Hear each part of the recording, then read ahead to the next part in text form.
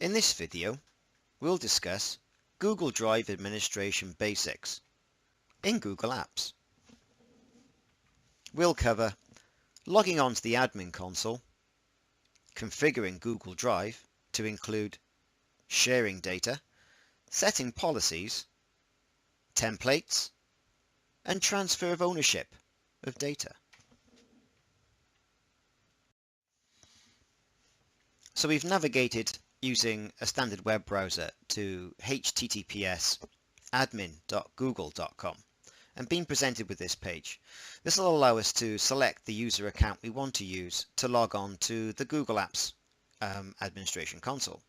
So we're going to log on to the letthewookieelose.co.uk admin console. We've typed in our password and we're going to click sign in.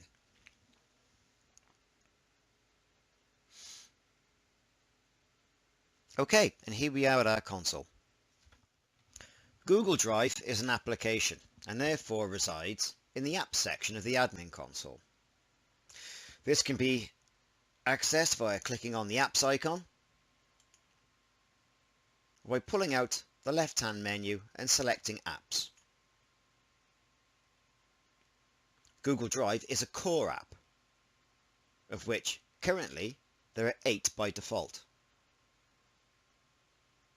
Other types of apps are additional Google services and also marketplace apps. Let's take a quick look at the different types of apps that are available. So we have Calendar, Contacts, Drive, Gmail, Groups for Business, Mobile, Sites, and Talk and Hangouts. In previous videos, we showed how to select certain applications to be on or off for individuals in a certain organizational unit. As a recap, we can see that we can set this via the right-hand focus. On for everybody, on for some organizations, or off. These are our core apps. In the previous screen, here, we noticed additional Google services. These include these applications: Blogger, Chrome Management, Chrome Web Store, Google AdSense, Google AdWords, Google Analytics, Chrome Sync, Developers Console, Google Groups, Google Wallet, Google+, Location History, Picasso Whale albums, and YouTube. These, like the previous set of applications, can be set on or off, or only on for some organizations. The third type of app is the Marketplace app. Click Add Services to your domain will bring up an up-to-date list of the Google Apps Marketplace.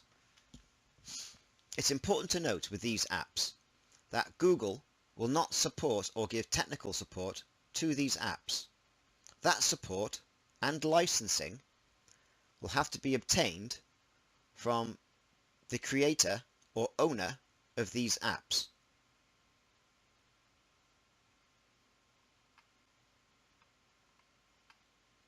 Let's go back to our core apps.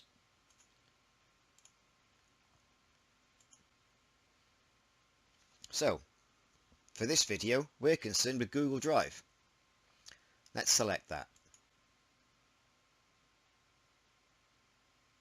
Again, the focus at the top right hand side allows you to set it on for some orgs, or off. We're going to start to look at sharing settings.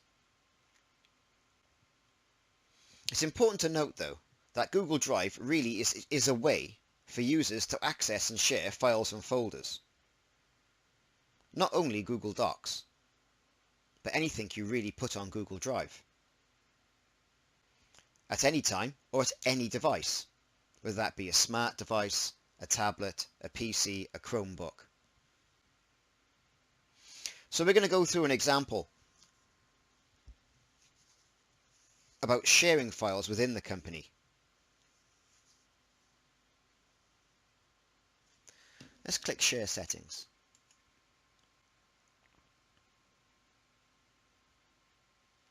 Here we can see the default settings for sharing files or folders in Google Docs or Google Drive. So, sharing options. Sharing outside of the organization. Let the Wookie loose. So we want people to share in the entire organization. So we ensure that on is selected. If we selected off, only people in this organization would be able to share the files. No sub-organizations. So we want everybody to collaborate within the company. So we will select on. The next section, for files owned by users, worn when sharing. This is very good when reminding people that if you're sharing outside of your organizational unit or team, that you are sharing content. Now also, we're going to allow people externally to preview the file without a sign-in. What we're not going to do though is allow users in the organization, let the Wookie loose, to publish files on the web or make them visible. We want to keep our files for ourselves. So to do that, we click on and remove the default option. You'll notice we've been prompted to save changes here, and that these changes may take 24 hours to propagate to all users.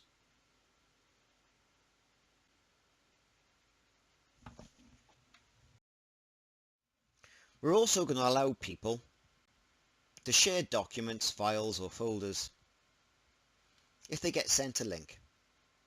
And by that, we'll click on this section and save changes.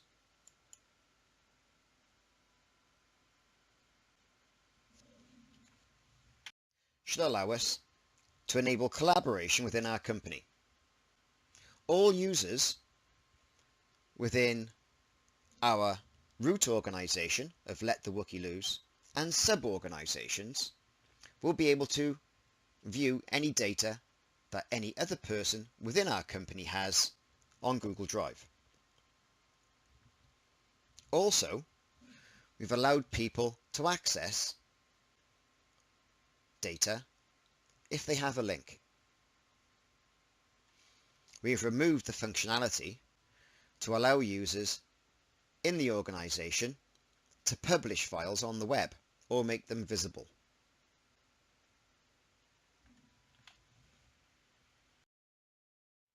Now it's time to talk about offline access. Users, such as Salesforce people, managers, people who are generally out and about meeting customers, may need to have access to this data offline. They may not be anywhere near an active internet signal or mobile internet signal.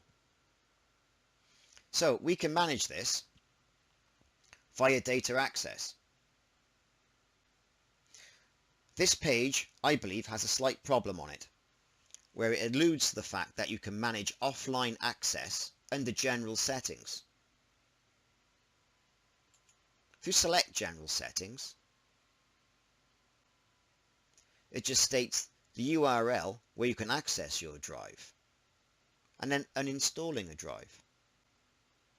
However, to do what we want to do, which is select and enable offline access, that's done from the Data Access section.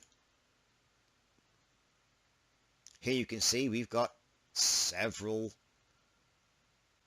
choices before us. So, offline is selected by default. Allow users to enable offline docs. Copies of recent files will be synchronized and saved on the user's computer. That's what we want. Allow users to download, install and use Google Drive for PC and Mac. Makes sense.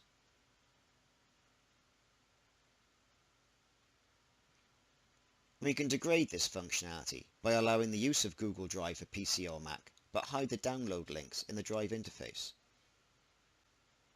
Or do not allow people to download Google Drive.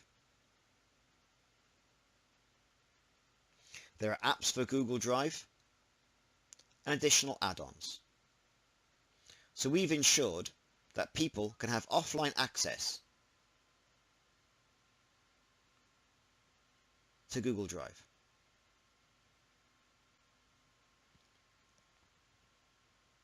Let's go back.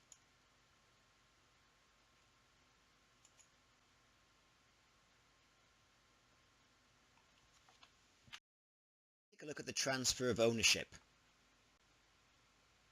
As it states, useful when deleting a user. File ownership transfer. You can transfer the ownership of all files from one user to another. You can either stipulate this when deleting a user in the console, as we demonstrated in the user access basics video, or we can do it here. From a user we're going to delete to another user, or standard mailbox you might have set up, or standard user account for having all these files. This could be a manager, a team leader, a standard user account for this sort of process, or a peer who has taken over the person who's leaving their job. Enter the from account and the to account and click transfer files. As it states, this feature is useful at the time of deleting a user, as it ensures that the files created by the user being deleted are not lost.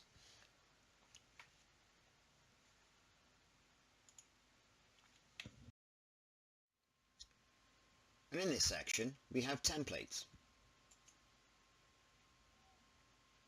Enable templates for Drive. This will allow users to submit templates for Google Drive in this organization, and you can select the templates that you want to allow.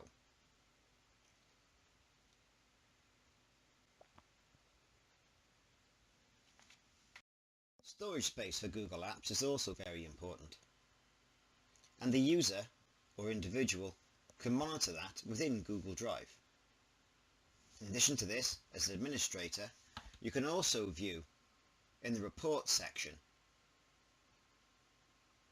how much data a user has used.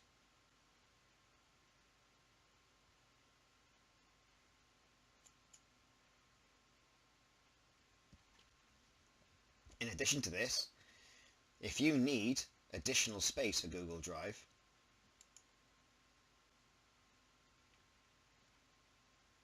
you can buy Google Unlimited.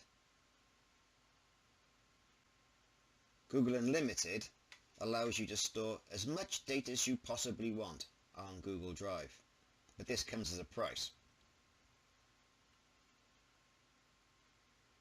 You can assign some licenses to individual users that have a greater amount of storage assigned to them.